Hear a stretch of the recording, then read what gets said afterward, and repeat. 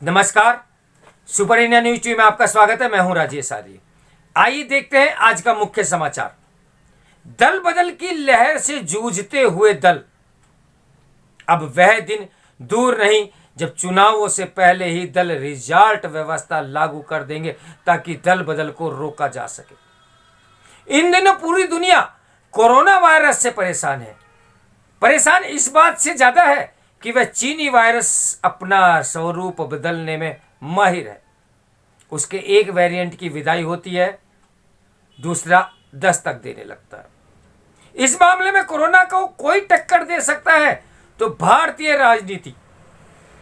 हालांकि अंतर इतना ही है कि सियासत में वेरिएंट बदलने में अक्सर 5 साल लगते हैं और बदलाव की ये लहर अमूमन चुनाव से पहले ही चला सकती है। इन दिनों ये लहर अपने प्रचंड वेग में चल रही है। इसके असर का अंदाजा इसी बात से लगाया जा सकता है कि शाम को पार्टी की कोर ग्रुप की बैठक में शामिल हुए नेताजी सुबह सुबह किसी विपक्षी दल के मुख्यालय में उसकी तारीफों के पुल बांधते हुए पाए जाते हैं। नेताजी इतनी जल्दबाजी में पाला बदलते हैं कि उनके शागिर्दों को भी उनकी भनक तक नहीं लगती। वे गली मोहल्ले में पुराने वाली पार्टी का ही झंडा उठाए घूम रहे हैं। उसी दल के कार्यकर्ताओं से लोहा लेने में जुटे रहते हैं जिसमें उनके माननीय नेताजी ताजा ताजा शामिल हुए होते हैं।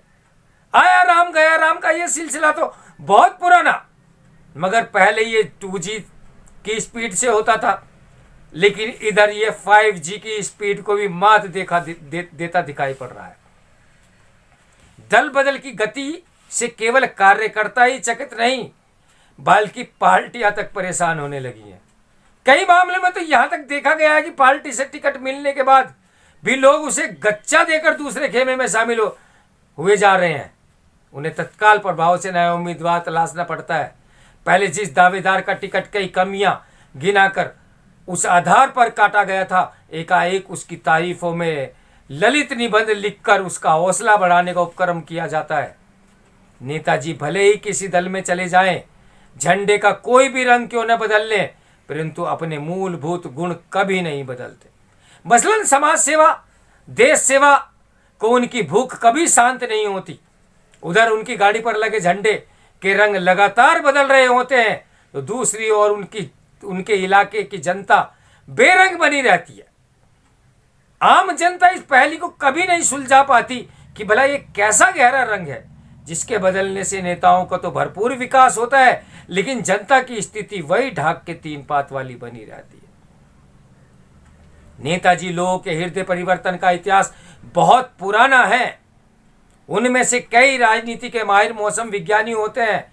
वे जिस दल में शामिल होते हैं तो चुनावी सर्वे एजेंसियां उस दल को ही 2-3% मत दे ऐसे ही अनुकंपा के आधार पर आवंटित कर देती है, जिससे वह दल ओपिनियन पोल में जीतता हुआ प्रतीत होने लगता है।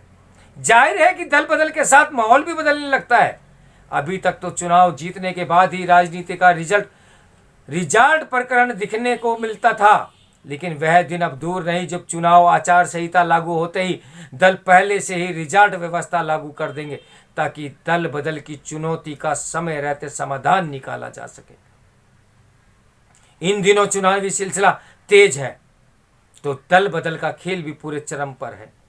इसी सिलसिले में मेरी बातचीत एक जाने माने नेताजी से हुई। वैसे तो अमूमन सभी नेता जाने माने होते हैं, किंतु ये मेरे अधिक नाम छीन रहे हैं। कारण यही है कि हर सरकार में मंत्री पद सुशोभित करने के बाद चुनावी साल में उन्हें उस पार्टी में कमियां नजर आने लगती है।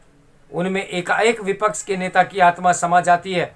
ऐसे ही एक नेताजी से मैंने सवाल किया कि चुनाव आते ही आपने उस पार्टी का दामन क्यों थाम लिया जिसे 5 साल तक पानी पी कर कोसते रहे। नेताजी ने स्पष्ट कहा कि हमारे दूर के एक रिश्तेदार भी देश सेवा की तैयारी कर रहे थे, लेकिन पार्टी ने उन्हें सेवा करने का अवसर देने को तैयारी नहीं दिखी, तो हमने पाला बदलना ही मुनासिब समझा। साथ ही दल बदल गया तो समझिए जीत की संभावनाएं भी बढ़ गई, क्योंकि अमूमन लोग सरकार से नाराज ही रहते हैं। तो ये दल बदल की लहर से जो दल जूझ रहे हैं, जनता जनार्दन को चाहिए ऐसे लोगों को सबक सिखाए, चुनाव सिर पर है। आप मतदाता हैं, आप भाग्य विधाता हैं। आपका किस रूप में प्रयोग हो रहा है, अपने को केवल राष्ट्र के हित का सोचना है। जाति बंधन से मुक्त होकर राष्ट्र के रूप में मेरे वोट की आहुति पड़े, यही मैं भी आपसे कहना चाहूँगा। नमस्कार। सुपर इंडिया न्यूज़ की ओर से